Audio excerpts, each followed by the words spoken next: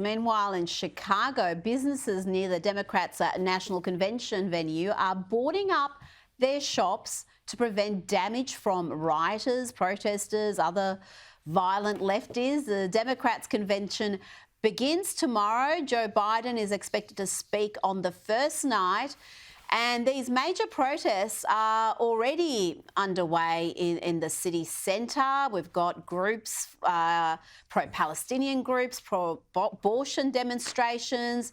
The left seems to have an extremist problem, James, that's been normalised for far too long. And sadly, some of those radicals aren't just in the streets, they're in the party. Well, Rita, come on now, let's be fair. I mean, you remember how during the Republican National Committee they had to board up all the windows to make sure that rioting Republicans didn't go and smash the city apart, right? Oh, no, wait, sorry. That didn't happen.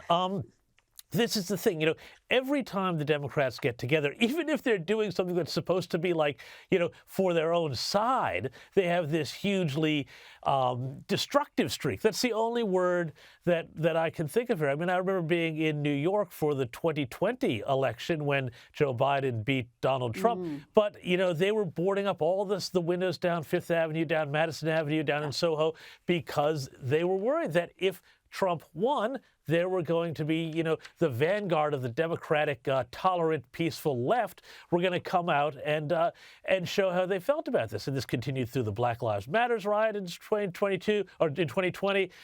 This is a long, long thing with the Democrats, with the left, arguably going back to the French Revolution, frankly, Rita. Well, yeah, let's not have a history lesson right now. But you're so right. I was there in New York in 2020, and I was shocked by how many shops, buildings were boarded up. They'd learned from experience, and as soon as Joe Biden was declared the winner, it came down. Those protections the boards came down because they weren't worried about the left rioting any longer. Now, let's have a look at this video from a frustrated voter. They took to TikTok to blast the Biden-Harris administration for failing to prioritise hardworking Americans over illegal immigrants. But I need my president to tell me why I worked so hard all these years, all these decades. Couldn't get a business loan, but I bust my to get the money to create my business. And we got immigrants coming here. And they're getting money. Money! We're doing nothing but just being here. It's not right, and I want answers. James, there are many clips like this on social media, on different platforms, and often they're heart-wrenching. Yeah, no, absolutely. And I mean, you know, her sentiment is not unique, unfortunately. You know, this is what we see in the last 3 or 4 years. We've seen something on the order of 10 million illegal aliens come into the country. We know that there are only the most cursory checks on the ones that actually do encounter border guards. You know, with the mass killers and all sorts of other people who have been revealed to have been let into the country.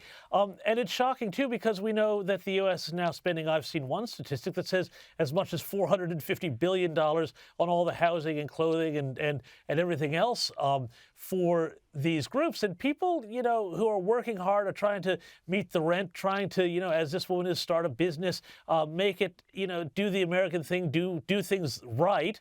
Look at this, and they're rightly furious. And I think this is where the Democrats have a huge problem. You know, they used to be the party that would represent people like that woman, and now they've just abandoned her.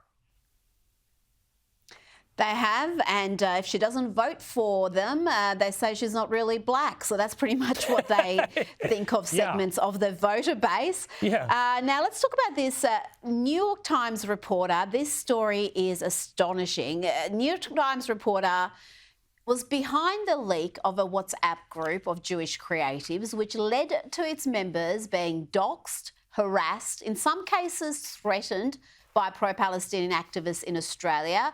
Now, Natasha Frost, a New York Times reporter based in Melbourne, downloaded and shared 900 pages of content from the chat that was launched by Jewish professionals in the wake of the October 7 attacks.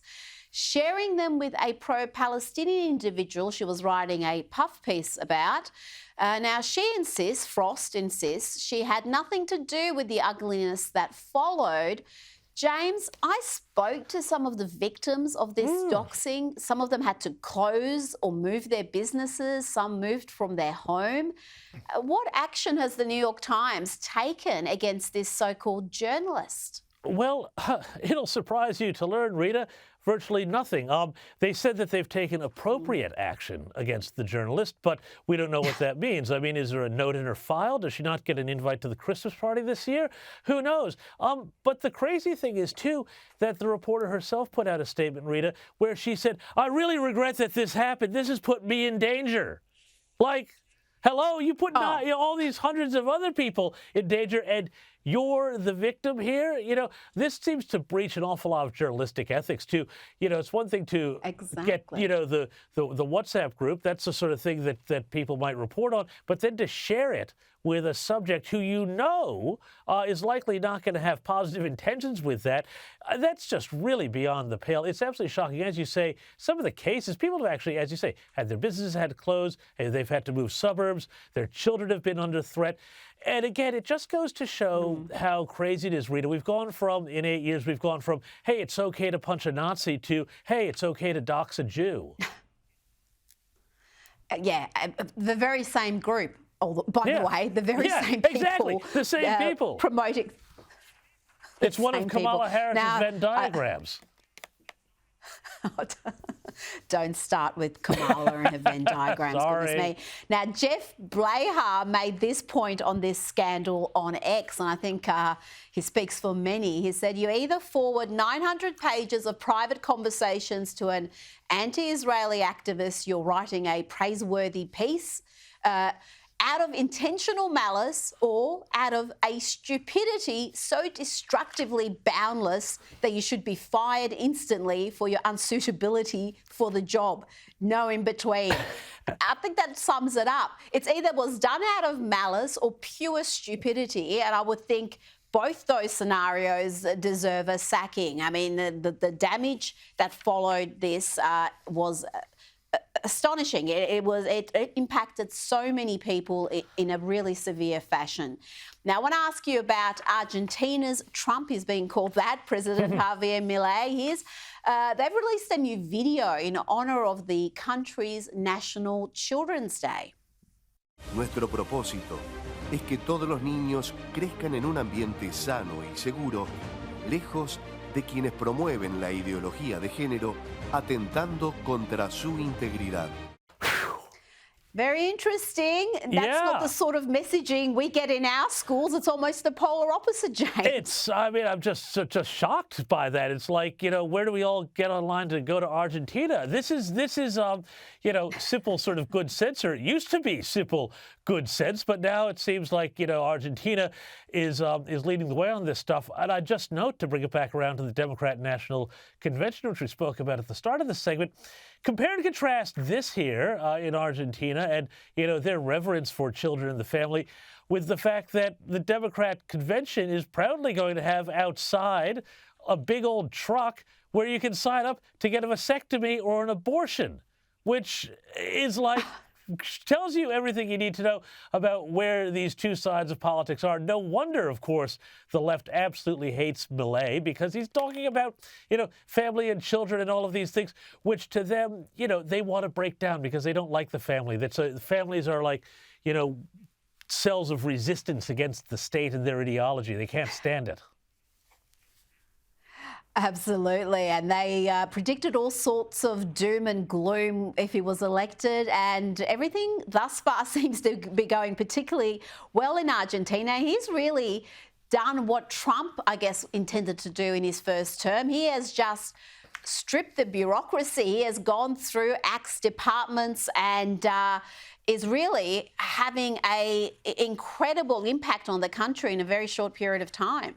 Yeah, I mean, and you look, you know, not just the acting of departments, but you look at actual things like, you know, inflation, the performance of the economy, just going gangbusters. It's a great growth story now. Absolutely. James Morrow, thank you so much for your time this evening. Thanks, Rita.